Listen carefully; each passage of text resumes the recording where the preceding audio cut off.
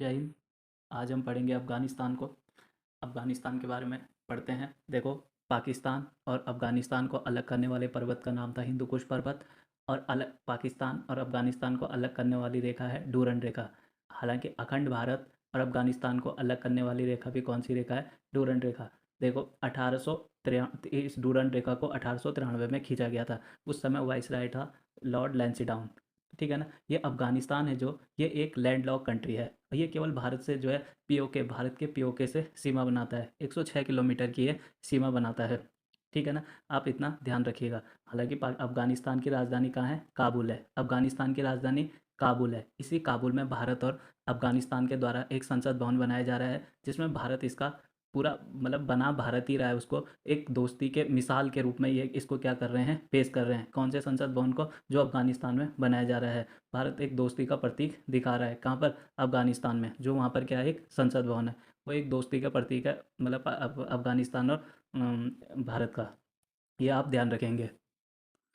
देखो, यहाँ पर ये मैप जो है थोड़ा सा साफ नहीं दिख रहा है। साफ तो दिख रहा है लेकिन एरिया नहीं दिख रहा है इसके। यहाँ पर कुछ दिखा नहीं रखा है। और जहाँ पर इसको अलग से दिखा रखा है वो जो है क्लियर नहीं आ रखा है। इसलिए मैं आपको ये ब्लैंक मैप में दिखाता हूँ और एरिया को डिस्कस करते हैं, इसके कुछ एरिया को।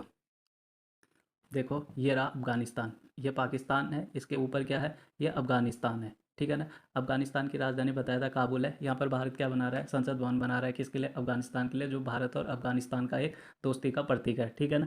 अब जो है यहीं पर है गजनी। मोहम्मद गजनबी कहाँ का रहने वाला था? इसी गजनी का रहने वाला था। कौन? मोहम्मद गजनबी। इसी ने भारत को बहुत भयंकर लूटा था। 1001 से 1027 के बीच में इसने भारत पर 17 बार आक्रमण कर दिया। और सबसे फेमस आक्रमण था इसका सोमनाथ के शिव मंदिर को, वो 25वां आक्रमण था इसका। जब जाटों ने उसका विरोध किया कि यार ये सही नहीं है, तू यहाँ का लूट कर जो है बाहर लेके जा रहा है, तो जो है उसने अगला आक्रमण जाटों पे कर दिया। अगला आक्रमण किस पे कर दिया इसने? जाटों पे कर दिया। और ये पहला पहला मुस्लिम शासक था जिसने सुल्तान की उपाधि धारण करी थी। कौन? मोहम्मद गजनबी। इतना आपको गजनबी के बारे में ध्यान रखना है।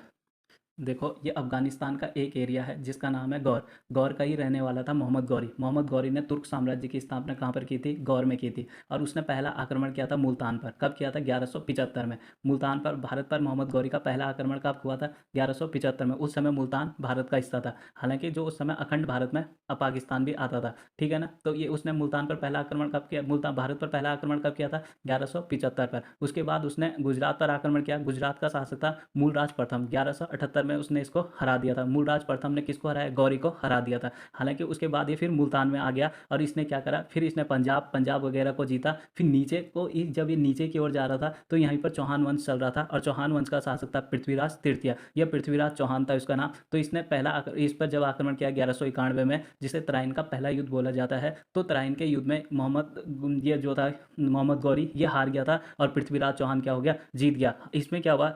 इसका दोस्त था जयचंद, उसने इसका साथ दिया था। किसका? पृथ्वीराज चौहान का। वो जयचंद यहीं पर था। यह जयचंद एक कोई वंश था, गोंड गांडवाह करके कोई वंश था, उसका शासक था। ठीक है ना। ये दोनों यहीं पे थे बगल में, इन दोनों ने इसका साथ दिया था।